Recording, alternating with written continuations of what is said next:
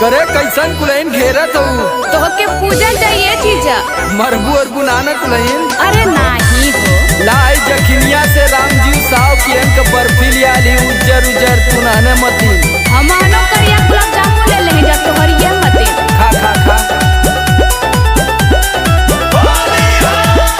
होली में जीजा जी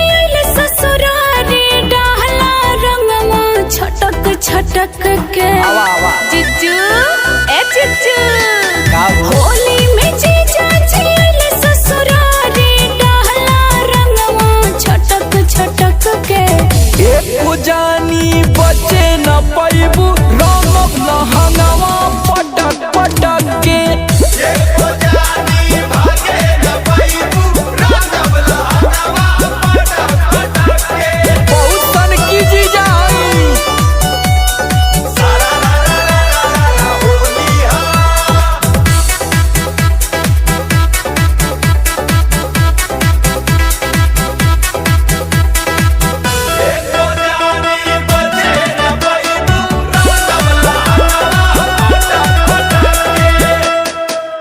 रंग पड़ी तोड़ता पड़ चलई बा भला ही झापड़ चीख देबे सबको गरम गुजिया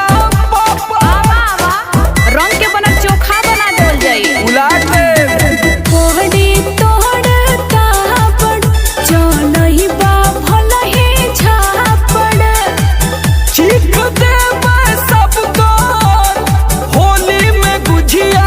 पापड़ पोत दामो बेल सगरी देहिया आगे पीछे लटक लटक के एको जानी भागे न पैबू रंगब लहंगवा पटक पटक के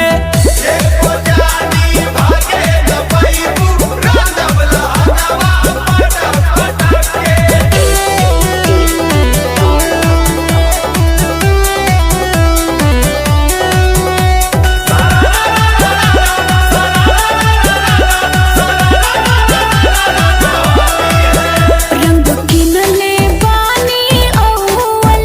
अब कोला जीजा लगबौवल हमर त मनवा करे खेले के धारा धरवाल बीन देवल जाई बरवा हाथ आवानियरवा रंग किनले बानी औवल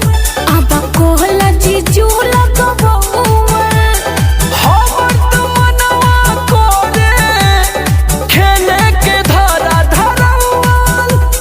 समरवाल होई जाए पागल मारा अखिया मटके मटके के एको जानी बचे न पैबू रंगब लहंगवा पटक पटक के